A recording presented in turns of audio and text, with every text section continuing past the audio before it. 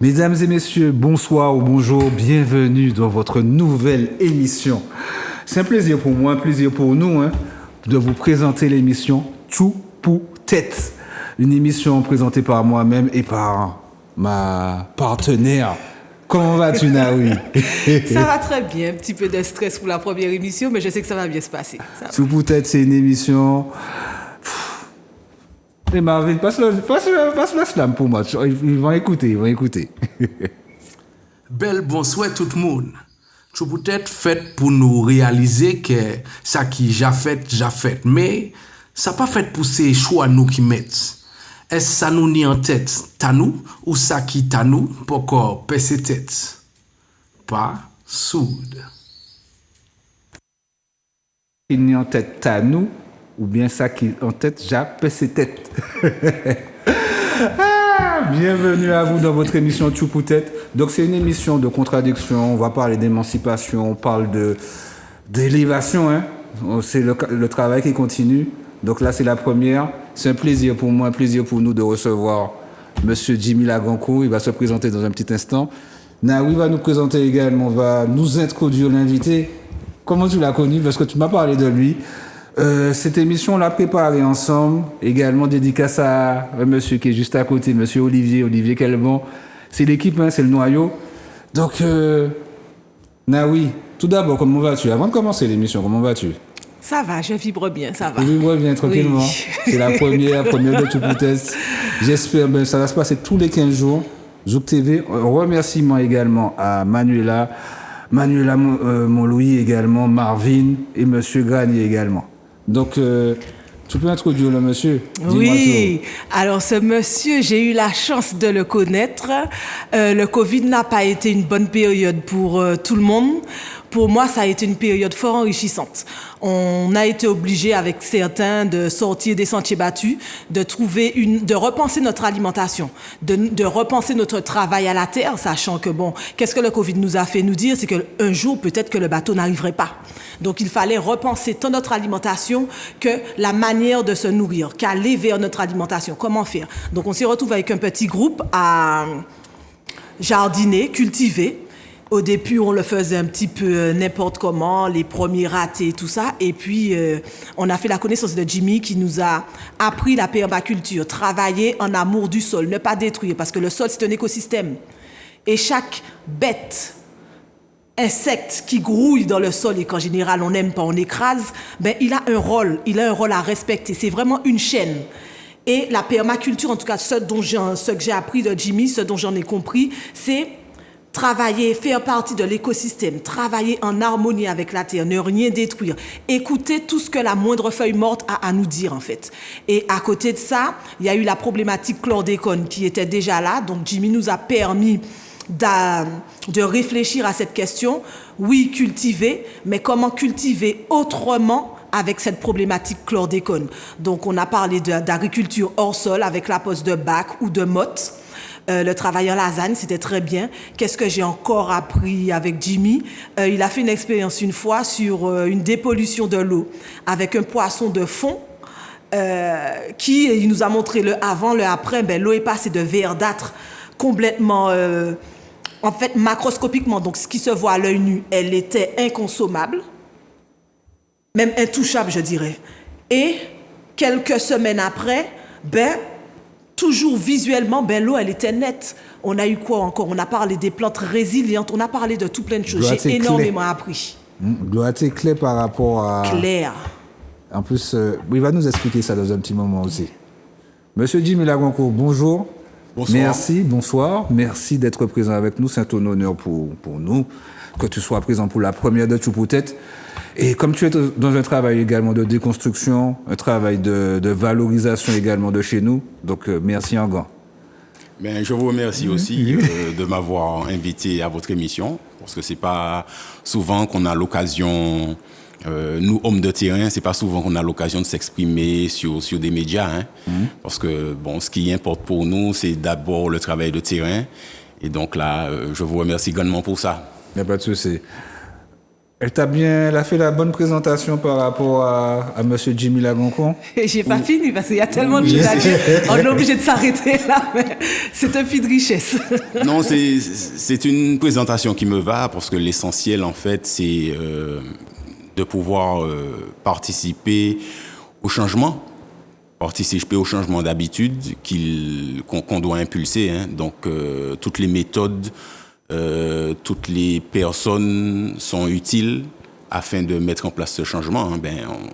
En permaculture, on fait de l'inclusion, on ne fait pas de l'exclusion. Donc, on a besoin de tout le monde pour participer à ce changement-là et de toutes les techniques possibles aussi. J'entends permaculture. Pouvez me définir le mot, la définition du mot?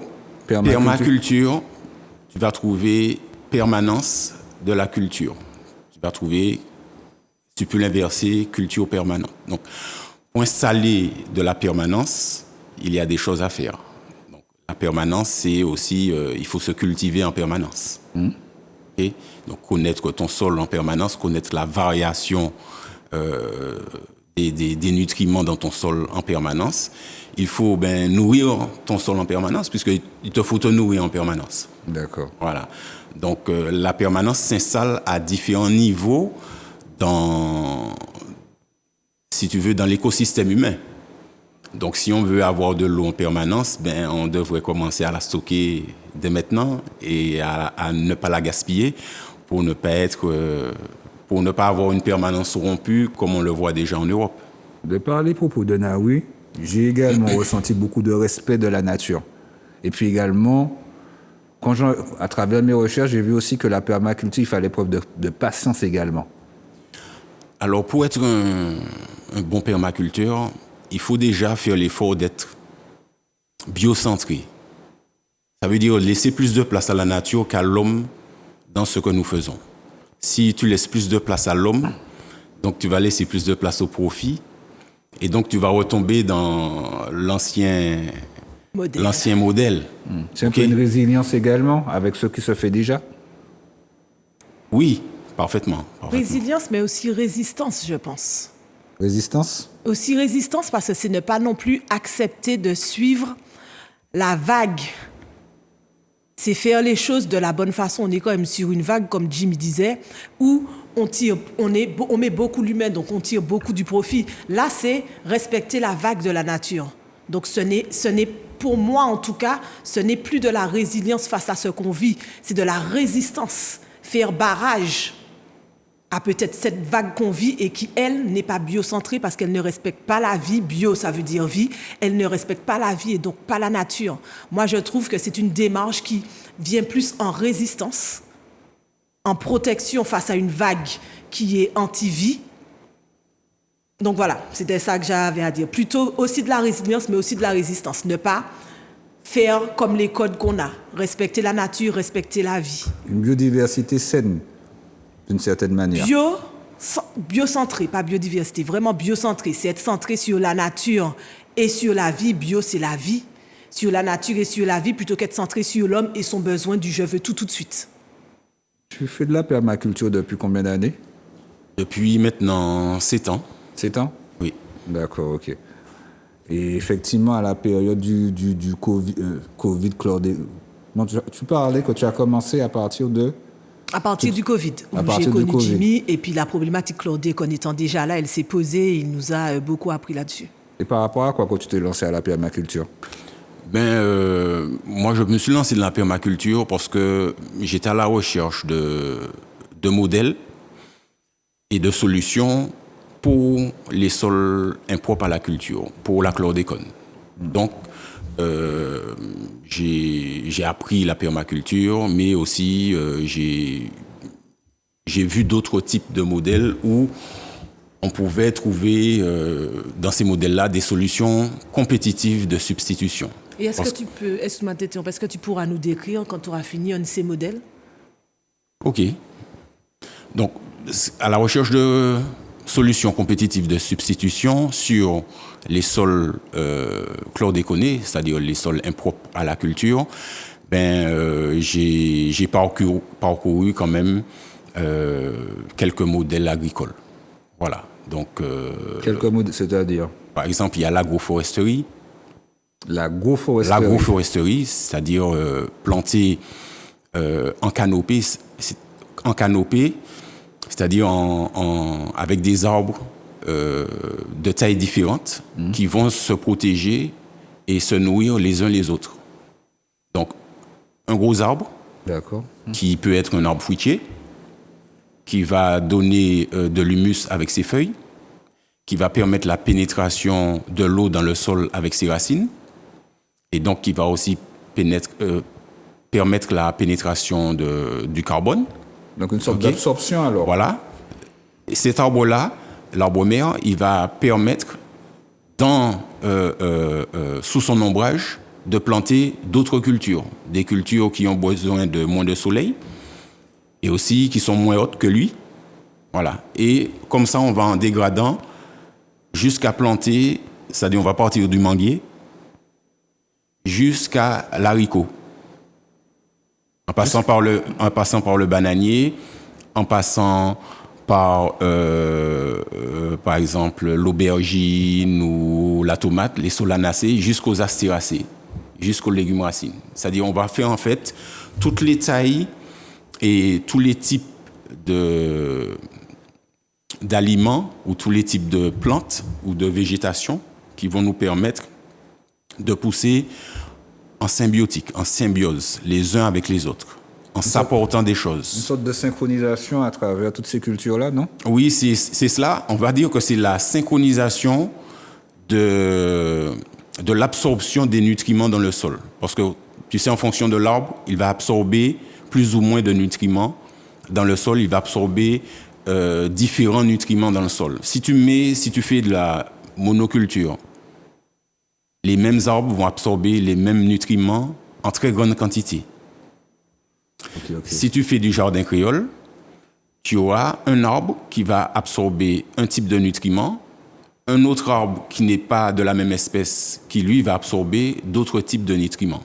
Okay. Et donc, c'est plus facile d'obtenir, si tu veux, un équilibre.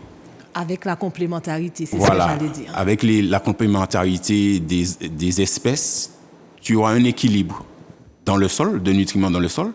Et donc, cet équilibre de nutriments dans le sol, tu l'auras aussi dans ton corps. Puisque tu vas manger pas toujours les mêmes aliments. Puisque tu ne plantes pas toujours les mêmes aliments.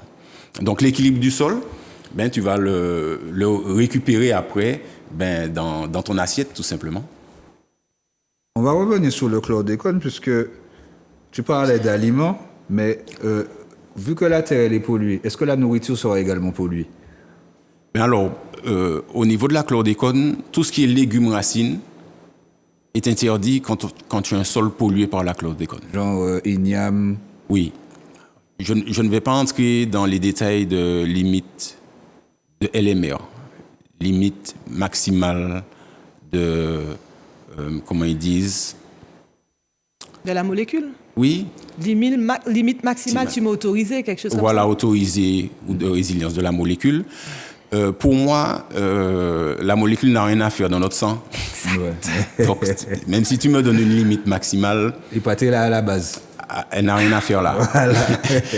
Elle n'a rien à faire là. Donc pour moi, c'est plus le sans chlordécone. Sans chlordécone et aussi sans pesticides. D'accord. Alors, tu ne vas pas planter de légumes racines parce que tu as de grandes chances d'avoir cette pollution. Mais tout ce qui est solanacée, astéracée, tout ce qui n'est pas en contact avec le sol ou qui n'est pas dans le sol, à partir de 60 cm, la molécule n'a pas suffisamment, comment on va dire ça, la densité moléculaire ne peut pas permettre à la sève d'aller plus loin que 60 cm. Donc si je reformule, ça voudrait dire, alors quand tu as dit solanacée et...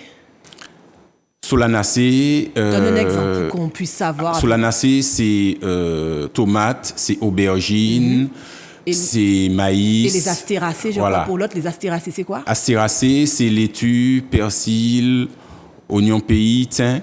Et donc, astéracées, tu es obligé de faire un paillage quand même du sol pour que les premières feuilles de laitue ou les premières feuilles des aliments ne touchent pas le sol. Ouais. Si tu mets du cucurbitacé, Ce sont les melons, les concombres, tout ça. les légumes où il y a une liane.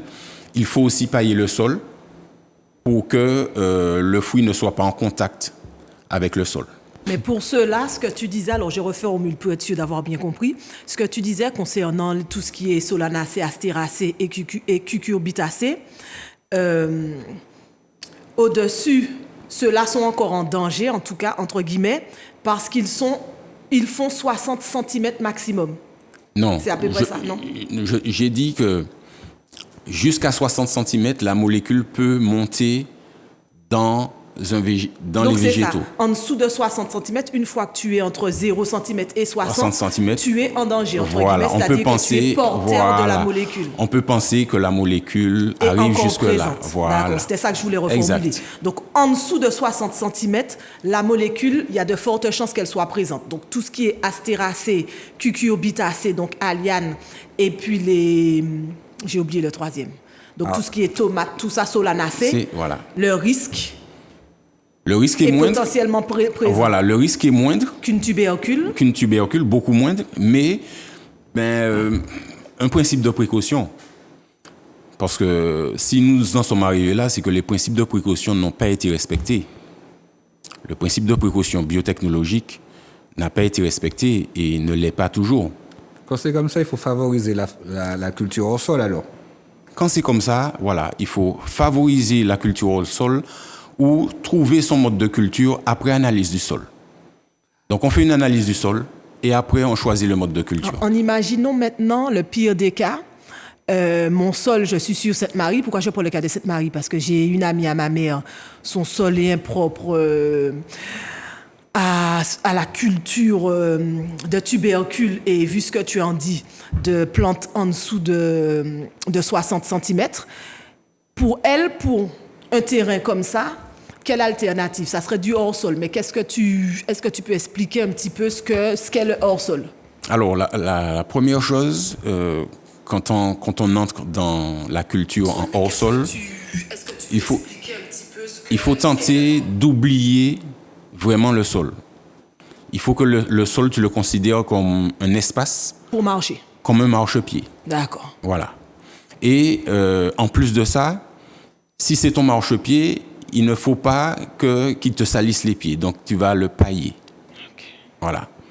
À partir du moment où tu as considéré le sol de cette façon-là, c'est-à-dire que tu as un paillage important sur ton sol, tu peux déjà te permettre de dire que tu as déjà commencé à diminuer le taux de chlordécone dans le sol. Parce que, en fait, tu vas le pailler, tu vas l'amender, mais tout ça avec de la biomasse. Alors, quand biomasse, c'est-à-dire? Oui, avec des déchets végétaux. Déchets végétaux. Donc, ça peut être des feuilles, ça peut être des branches, ça peut être du paillage. Là, par exemple, il y a beaucoup de noix de coco dans le pays. Ça peut être la noix de coco. J'ai vu ça effectivement sur ton Instagram. Alors, Jimmy a un Instagram Métasystème, c'est bien ça? Oui, c'est ça. Métasystème. Et en fait, j'avais vu sur une de tes publications comme un tapis de noix de coco. Genre, la noix de coco est coupée, il y a le creux dans lequel il y a le nonon, et la noix de coco était déposée sur le sol dans ce sens-là. Et ça vous permettait de marcher. Est-ce que c'est un type d'isolement? Oui. Là, on vient de mettre en place un super tapis. Un tapis coco. Un tapis rouge, hein? Non, c'est pas un tapis rouge, mais on devrait. Je pense qu'on va nous dérouler le tapis rouge pour l'utilisation de ce tapis parce qu'il est multifonctionnel. Donc, ce tapis coco-là, il est en train de régler plusieurs problématiques à la fois.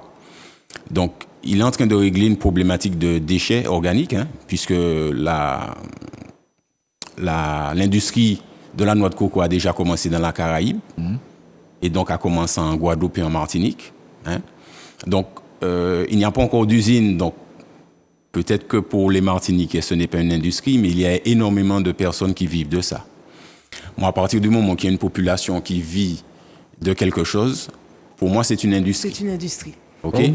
Et cette industrie-là va produire en ce moment énormément de déchets coco.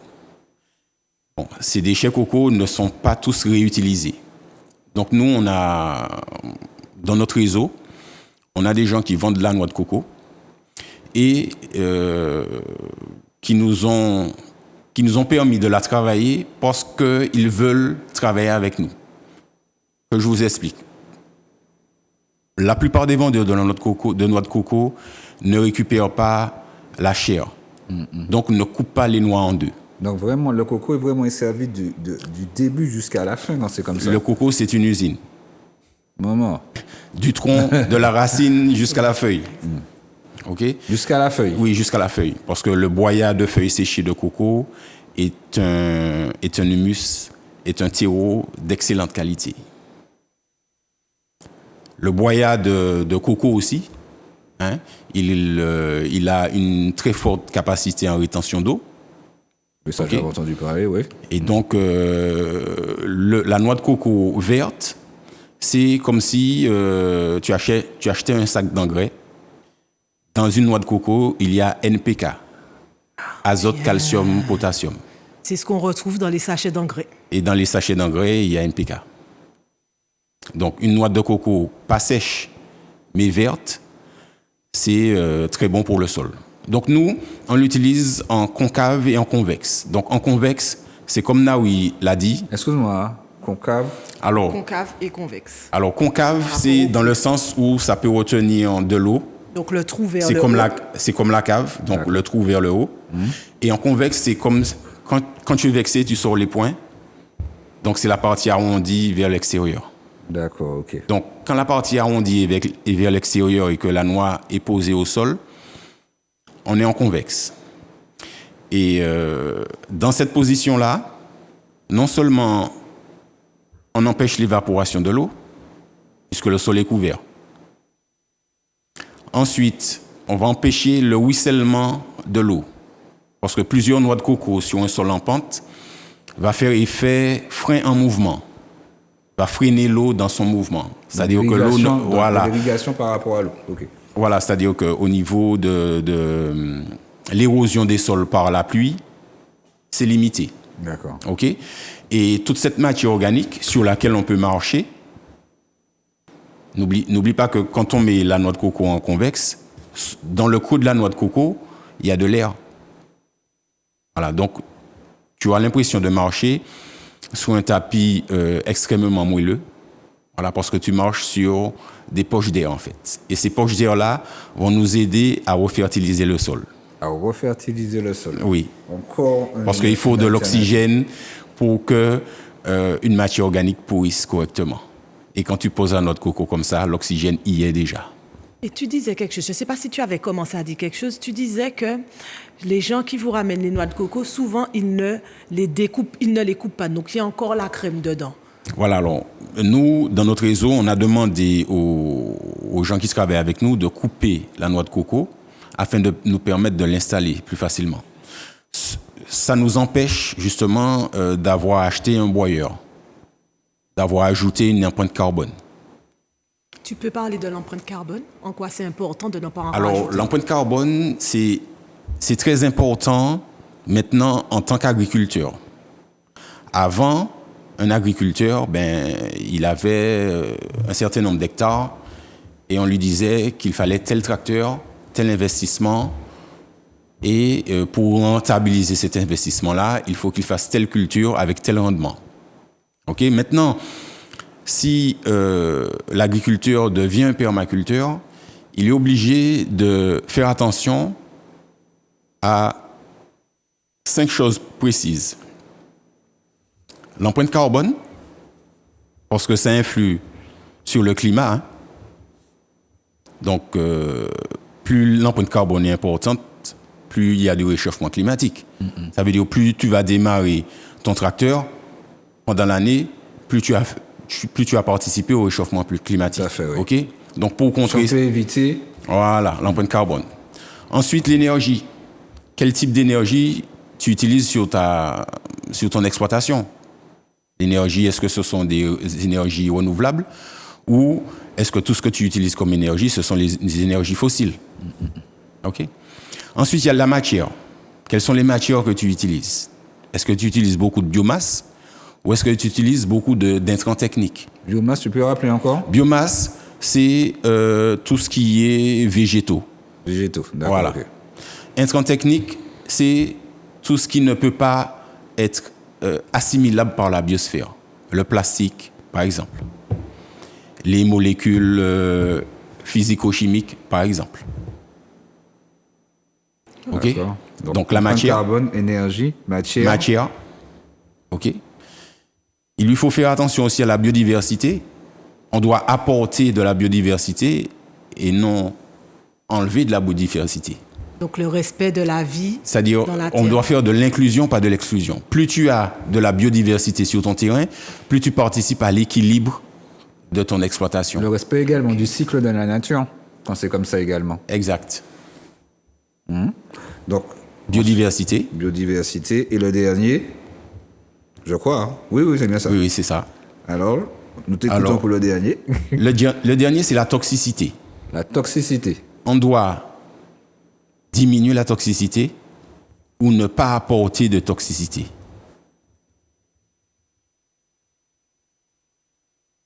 Qu'entends-tu par ramener de la toxicité? Quand tu ramènes de la toxicité, c'est quand tu ramènes des engrais synthétiques.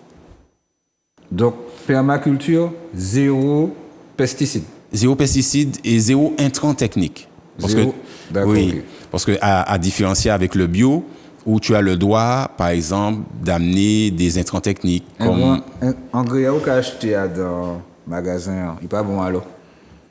l'engrais qu'on a acheté dans le magasin, c'est un bagage qui est manufacturé. C'est un bagage que l'usine en fait. Et l'usine en servi pour ça, il servit des procédés chimiques, physico-chimiques, qui fait que l'engrais qui est resté en terre, même après que vous récoltez, l'engrais a dans terre toujours. Et puis avec la pluie, le ruissellement des eaux, ça ne reste pas que dans la terre, ça se retrouve dans la rivière. Voilà. D'où la pollution, d'où les pollutions Voilà. que nous vivons jusqu'à présent. Exact. Donc, il faut savoir que plus de 80% des engrais fabriqués pour l'agriculture sont des engrais qui sont assimilables et qui sont déplaçables avec l'eau. Mais il y a certains endroits, il y a aussi pour pas diaboliser tous les engrais, il y a l'engrais qui est naturel également. Alors, J'ai vu certains endroits. alors certaines pour communes. moi, j'ai du mal à dire engrais naturel. Pour les agriculteurs bio, ils arrivent à le dire, mais moi, j'ai du mal à dire un engrais naturel. Je vais dire un fertilisant plutôt. Un fertilisant. Oui, je vais dire un fertilisant parce que Engrais, c'est quelque quand chose tu me de dis fabriqué. engrais, pour moi, c'est déjà du fabriqué. Et quand c'est du fabriqué, je sais que le biotechnologiste ne va pas respecter.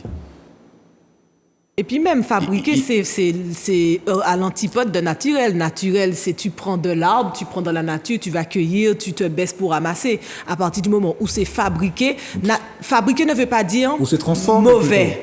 Fabriquer ne veut pas dire mauvais. Voilà. Mais par contre, fabriquer ou transformer ne veut pas dire naturel. C'est l'inverse.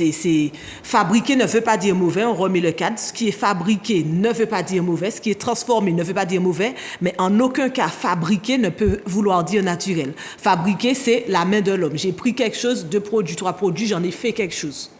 Tu parlais de jardin créole. La plupart des. Est-ce qu'il y a des gens qui viennent te voir souvent pour avoir de l'aide par rapport à ça? Oui, on a beaucoup de personnes beaucoup de particuliers, Qui commencent à s'y mettre, ils commencent à avoir ce réflexe-là. qui sentent que avec la non-pratique du jardin créole, qu'ils ont perdu du pouvoir. Quand tu ne pratiques pas ton jardin créole, en fait, tu as perdu du pouvoir sanitaire, tu as perdu du pouvoir alimentaire, tu as perdu du pouvoir financier. Mais on est dans un monde de mondialisation. Le problème qui se passe aussi, nous s'y mènent là très rapidement. Alors, c'est vrai Ah que oui, oui, ah c'est oui, c'est- ah oui. c'est vrai que les nouveaux modes d'agriculture que nous essayons de faire émerger, forcément, c'est slow food. Ça veut dire on est obligé de reprendre le rythme De la naturel. nature. Si tu ne reprends pas le rythme naturel, ça veut dire que tu es encore dans l'ancien monde. Ok, tu n'es pas dans la new humanity. Tu es encore dans l'ancien monde où on met des pesticides pour aller plus vite, pour faire de l'intensif. Donc il faut vraiment avoir le courage Je dis, c'est une question de courage. Hein. Là où il le disait, de résistance aussi. Oui, C'est c'est de la ça. Il faut résistance. avoir le courage de résister aux anciennes pratiques. De résister Et à ça, la voilà. Et facilité, à la ça, rapidité. c'est pour résister aux anciennes pratiques, tu dois, pour ainsi dire, essayer d'organiser ta pauvreté technologique. Ça veut dire que si tu as un tracteur, il te sera difficile de résister aux anciennes pratiques. Tu vas passer le tracteur. Si tu n'as pas de tracteur, tu vas trouver le moyen de faire un paillage coco. Même si tu as des hectares, parce que souvent les agriculteurs disent oui, mais ces nouvelles techniques-là, on ne peut pas les mettre sur 10 hectares, 20 hectares, 30 hectares. C'est pas vrai. En permaculture, il y a des gens qui font des plans de permaculture sur peut-être plus longtemps, sur 5 ans, sur 10 ans, mais sur des hectares. J'ai envie de dire aussi qu'on peut généraliser ça parce que même à densité, il y a un peu il y a de la verdure. Donc il y a des choses aussi qu'on peut améliorer pour tout à chacun, pour tout le monde, pour tous les Martiniquais, tous les gens qui ont une petite parcelle de terrain peuvent se permettre de faire de la permaculture également. Oui, nous proposons justement de former des jardiniers urbains. Les jardiniers Urbains, oui, ce sont des personnes qui sont capables de tabler avec l'environnement urbain et de trouver des endroits où on peut produire dans la cité. Tu sens qu'il commence à avoir cette envie d'aller vers la permaculture. Tu sens qu'il y a d'autres... Est-ce qu'il y a beaucoup de particuliers, par exemple, qui viennent te voir pour dire « Ah, moi, t'es quand même l'essayant des produits pour mettre quoi, moi, essentiellement par rapport à la permaculture ?» Alors, quand les particuliers subissent la pression de la cale de bateau, ils réagissent. Mais s'il n'y a pas de pression de cale de bateau, ben, on se laisse nourrir par la cale de bateau. Hein. C'est plus facile. Alors moi, j'aimerais parler justement, fixer un petit peu sur ce que ce que l'individu en fait peut faire avec la permaculture. Alors ma mère, avec le Covid justement, a subi cette pression de la cale à bateau, a eu un petit peu peur. Et donc, je lui ai parlé, vu que moi j'étais avec Jimmy et la permaculture, je lui ai parlé un petit peu de ce qu'on faisait. Et elle a eu envie d'avoir des bacs de permaculture à la maison. Et bon, donc moi, ayant vu un petit peu ce que Jimmy faisait, ayant appris en tout cas sur les débuts, donc j'ai fait mes bacs, j'ai été prendre les cocos, tout ça. Et en fait, Jimmy est passé le week-end avant que je mette des choses dedans, donc j'avais mis il vous expliquera. Mais j'avais encore rien planté, il est passé, il a regardé mon terrain et direct à l'œil, il m'a dit non mais tes bacs sont mal placés en fait. Tes bacs sont mal placés. Donc c'est vraiment cette notion de, j'allais dire Gangsta Garden, de jardiniers urbains qui ont cette capacité à visualiser le terrain, donc les chemins de l'eau et autres, et à positionner les bacs de manière la plus optimale possible. Et j'aimerais en fait que Jimmy nous en parle de comment, si moi je viens le voir, je lui dis Jimmy, je veux un bac, qu'est-ce que je peux mettre dans mon bac? Parce que je crois que c'était 1 mètre carré, tu disais, oui. Sur 1 mètre carré, pour l'avoir vécu, pour en avoir eu 2 chez ma mère, je sais que oui, on reprend son pouvoir d'achat. On reprend son pouvoir d'achat, pas en totalité, mais c'est déjà pas mal. Et on s'ouvre aussi les portes à certaines choses en fait. On s'ouvre les portes à une diversité et je trouve ça sympa. Donc, j'aimerais bien que Jimmy nous en parle. Je viens vers lui, j'aimerais un bac. Qu'est-ce que je peux faire avec? Comment déjà je le fais? Et qu'est-ce que je peux faire avec la diversité que je peux avoir? Parce que non, un bac ne contraint pas à manger les mêmes choses. Oui, en fait, le bac dont tu parles, c'est quelque chose qu'on a mis en place puisqu'on est obligé de créer tout le temps des systèmes. Se diversifier aussi? Oui, se diversifier, créer des systèmes. Donc, on a mis un système en place qu'on appelle la lasagna box. En fait, c'est la lasagne de permaculture qu'on a mis en boîte. Donc, la lasagne de permaculture, c'est des couches successives de biomasse, c'est-à-dire de végétaux différents ou de matières organiques différentes. Pour apporter le NPK, je précise, recréer qui ton vont sol apporter et tout apporter. Tous les nutriments qui vont permettre la pousse des plantes. Mais on le fait en hauteur, le plus élevé possible, pour qu'au bout de 8 mois, au bout d'1 an, on puisse déjà pratiquer du légume racine dans la lasagna box. La lasagna box, qu'est-ce que tu peux planter? Alors, sur une lasagna box, au départ, on va planter tout ce qui est astéracé. Tout ce qui a moins de 20 cm de système Je racinaire. rappelle encore parce que Astéracé, c'est salade, persil, céleri, oignon pays. Oui. On peut mettre du chou aussi, tu as du concombre aussi, tu as quelques solanacées. Tu peux avoir sur les 1 mètre carré, tu as 2 ou 3 solanacées, pas plus. Parce que le système racinaire des solanacées, c'est environ 50 cm de système racinaire. Et nous, au départ, quand on met en place la lasagna box, on la plante le même jour. C'est-à-dire, quand on tourne le dos, tu n'as qu'à arroser et attendre la fin du mois pour récolter. Donc, au départ, on va commencer par des cultures qui demandent très peu de substrat, c'est-à-dire très peu de compost ou de terreau pour le système racinaire. Et bien sûr, la lasagna box, elle va travailler. Puisque quand on met en place une lasagna box, on met en place une cité microbiologique. une cité microbiologique. Okay. Voilà.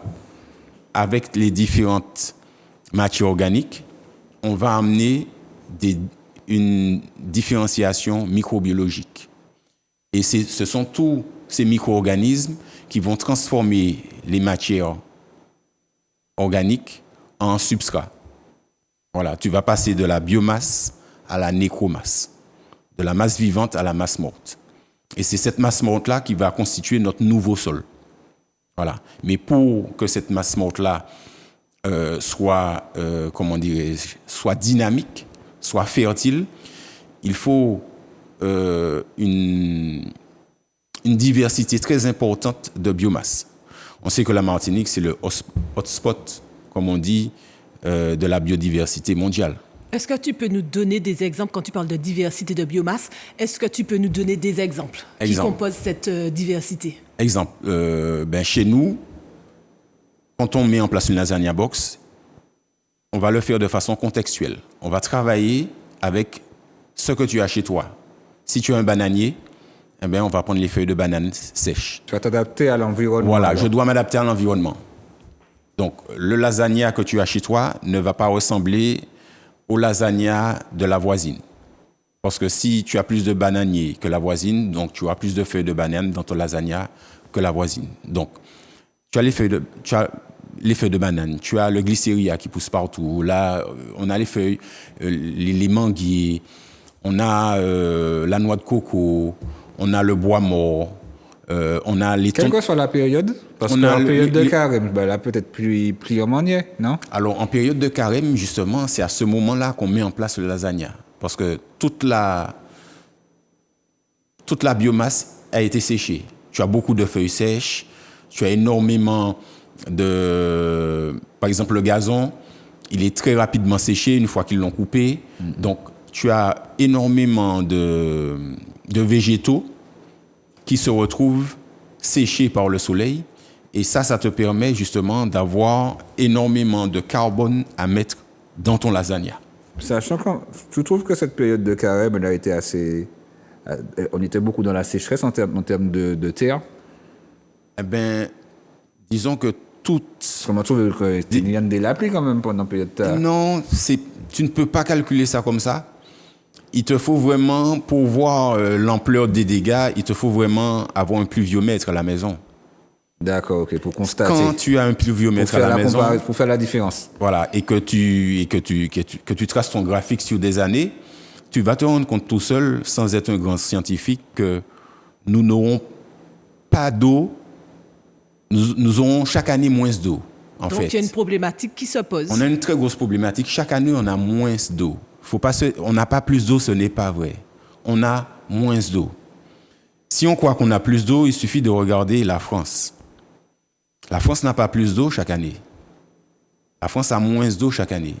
Mais ils réagissent comme s'ils avaient autant d'eau. Mais ils vont chercher l'eau également dans la nappe phréatique également. Ils sont obligés de pomper les nappes phréatiques puisque les sols n'ont rien. Ouais. À partir du moment où tu pompes la nappe phréatique, ça veut dire pour arroser ton alimentation, c'est que ton sol ne retient plus l'eau. C'est normal que les sols européens ne retiennent plus l'eau puisqu'il n'y a plus de matière organique dedans. Il n'y a que des engrais et une terre qui a été retournée pendant des milliers d'années. Et là, la courbe est en train de se... Cette courbe-là, elle va elle n'augmente pas en Martinique, Non. elle va plus dans une... C'est-à-dire que la courbe ne chute plus. Elle ne chute plus, elle ne peut plus revenir. C'est ça en fait. Elle va qu'augmenter. Au niveau où on est arrivé, on ne peut plus revenir en arrière. C'est-à-dire que tu n'auras plus jamais d'eau dans certaines nappes phréatiques. Les plus beaux jours sont derrière nous alors. Voilà. Les beaux jours sont derrière nous. Voilà, les beaux jours sont derrière nous en termes de quantité d'eau.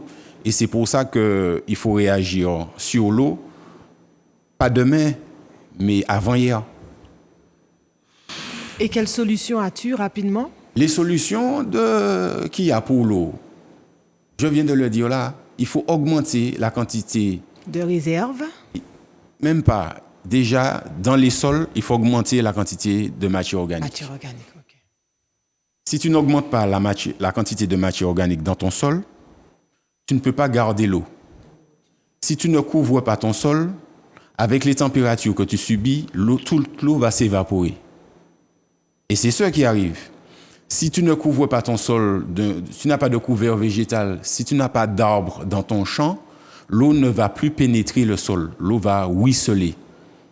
Parce que maintenant, tu as bien compris qu'on a de grosses quantités d'eau en très peu de temps. Maintenant, c'est comme ça qu'il pleut. Il pleut une grosse masse d'eau en un temps très court. Si tu n'as pas d'arbres suffisamment gros, avec un système racinaire suffisamment important Pour l'absorber, pour faire entrer cette eau dans la nappe phréatique, Voilà, eh ben, l'eau va ruisseler au-dessus du sol, va éroder le sol et va emmener tout ça à la mer. En plus d'être plus facilement évaporée, vu qu'elle est Ah oui. au-dessus du sol. En plus, plus facilement évaporée et plus facilement repartie vers la déclivité puisqu'il n'y a pas de matière organique pour retenir cette eau. et là on peut dire également que chaque habitant, chaque Martiniquais a sa responsabilité par rapport à ça aussi. Alors, Quand je dis chaque Martiniquais, chaque monde qui est dans Timos au terrain Bocayo, eh ben, faut cultiver la terre Alors, pour pouvoir comme- planter. je dis souvent, quand vous faites une lasagna box chez vous, sur 1 mètre carré, La possibilité. à partir du moment où vous avez mis 1 mètre carré de lasagna box, la température du sol ne sera jamais plus la même. Ça veut dire que ton sol est à 15 degrés. Un endroit où ton sol était au soleil, à 30 degrés, quand tu mets une lasagna box, ton sol redevient à 30 degrés. Ton sol redevient, pardon, à 15 degrés, d'accord, parce ouais. que c'est à 15 degrés que tu développes un système racinaire.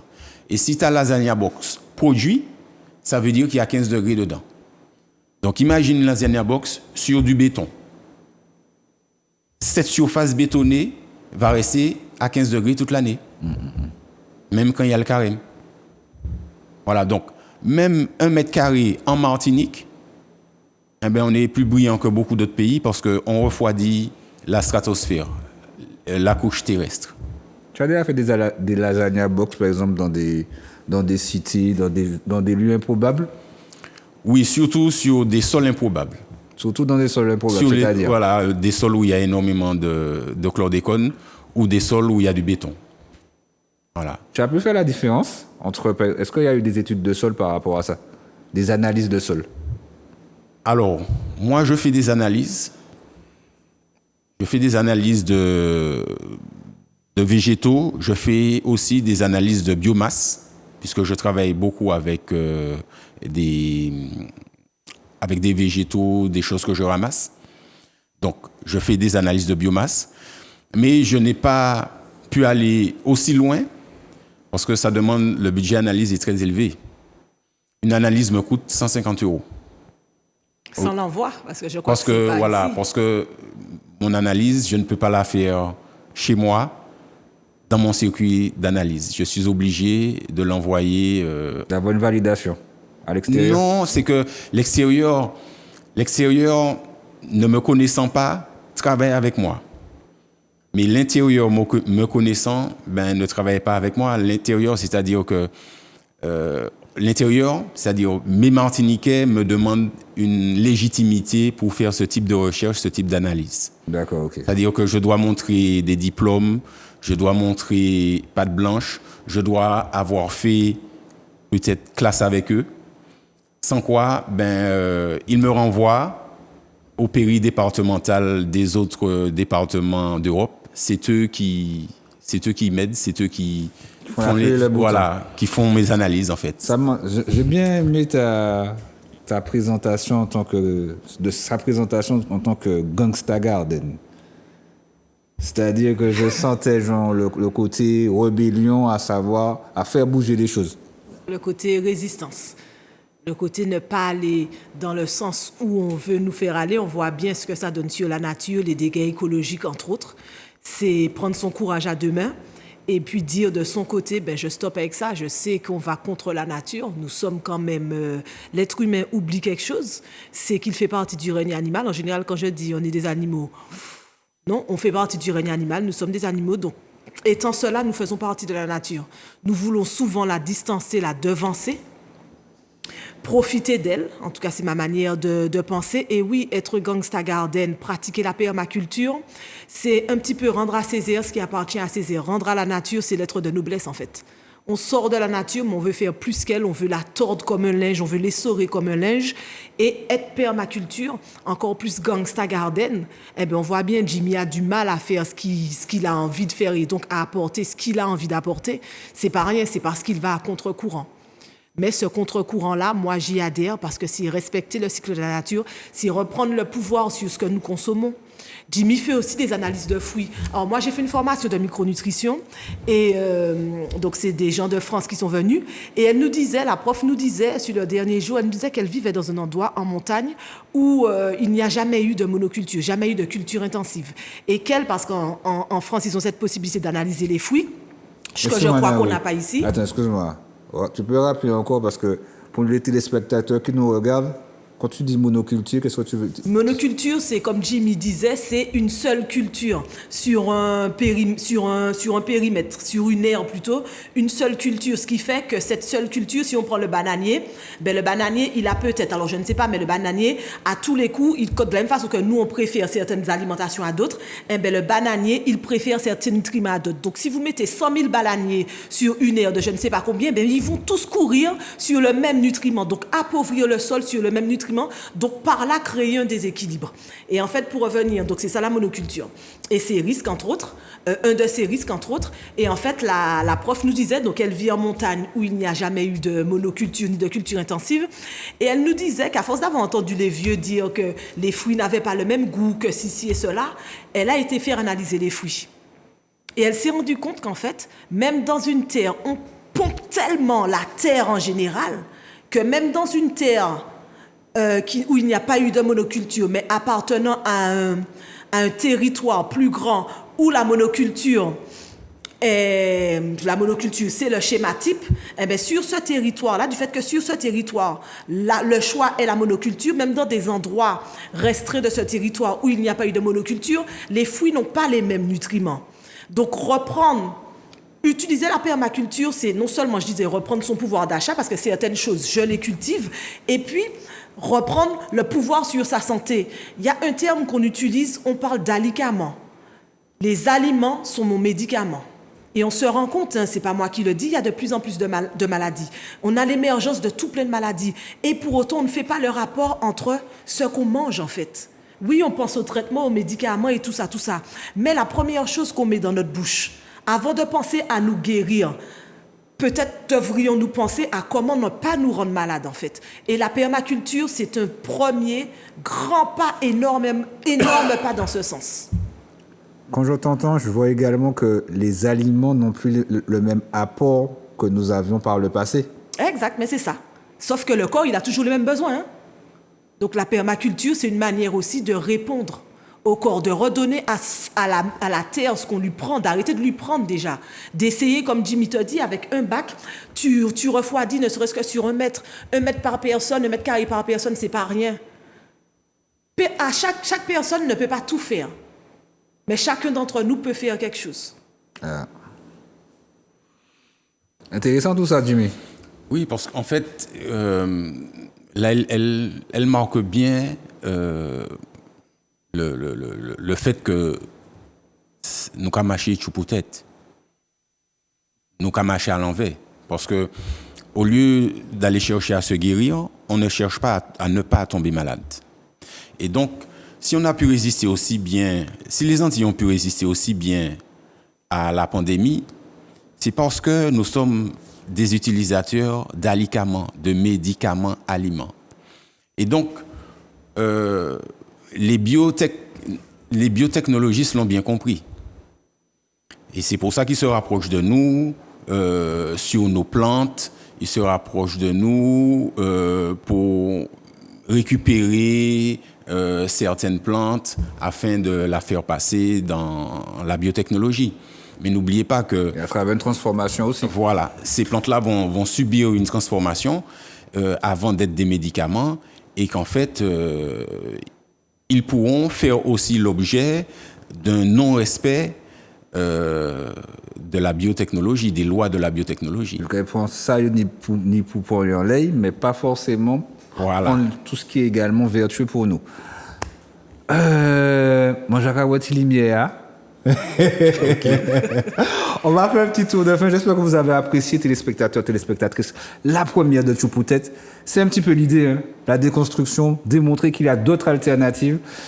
Certes, on ne va pas rester alarmiste. Il y a des choses à faire, il y a des choses à réaliser. Jimmy, tu en as la preuve. Alors, par rapport à la première de Tchoupoutet, comment tu as trouvé ton impression? Également, ce que tu as proposé aussi, si tu veux laisser également tes contacts, si les gens doivent te contacter par rapport à une collaboration, un travail en plus, n'hésite pas. Hein. Parle à nos téléspectateurs, n'hésite pas. Donc, moi, je vais vous remercier déjà, hein, Azouk TV, toute l'équipe, pour avoir mis en place cette émission qui nous permet de nous exprimer, hein, et de montrer aussi un petit peu notre savoir-faire. Moi, le message que j'ai à faire passer, c'est de dire à la population que nous travaillons déjà, par exemple, sur la commune du Prêcheur. Hein. On a un consortium de jeunes Martiniquais qui travaillent sur la commune du Prêcheur et donc on a pris cette commune comme commune pilote. Donc tous les élus sont invités à venir nous voir, toutes les administrations, tous ceux tous les agriculteurs de la Martinique sont invités à venir nous voir parce que c'est là où nous avons pour l'instant rassemblé le plus de techniques possible. D'innovation. Voilà. Le plus de techniques et d'innovation possible qui pourront les aider dans cette transition écologique qu'ils doivent faire parce que dans 5 ans, on va devoir remplacer plus de 80% des agriculteurs qui existent maintenant. Donc là, renouvellement. Voilà, aussi. le renouvellement. Voilà. Le renouvellement. Naoui. Alors moi, je vais prendre la branche que tend Jimmy sur les travaux qu'ils font aux prêcheurs qui sont visibles. Alors, Métasystème Jimmy, n'oubliez pas Métasystème, vous pouvez le retrouver sur Instagram. Et il y a aussi, Jimmy travaille avec PMAC TV. PMAC TV avec NOS, entre autres. Et ils sont visibles, ils vous montrent tout ce qu'ils savent faire, ils vous montrent ce qu'ils font déjà aux prêcheurs tous les premiers dimanches ou les derniers dimanches du mois. L'événement s'appelle Newma. Donc, si je devais finir, ça serait sur ça. Travail là qu'a fait. La transmission. Mais je vous remercie, hein, pour la première. Encore remercie, un grand merci à l'équipe de Zouk TV. Merci Jimmy d'avoir participé avec nous. C'était un honneur pour nous. Naoui Carrier qui parlait, moi, Jimmy ci, Jimmy ça. Et je constate qu'elle avait largement raison. Pas menti. Elle n'avait pas menti. Donc le rendez-vous est pris pour la prochaine. Encore merci.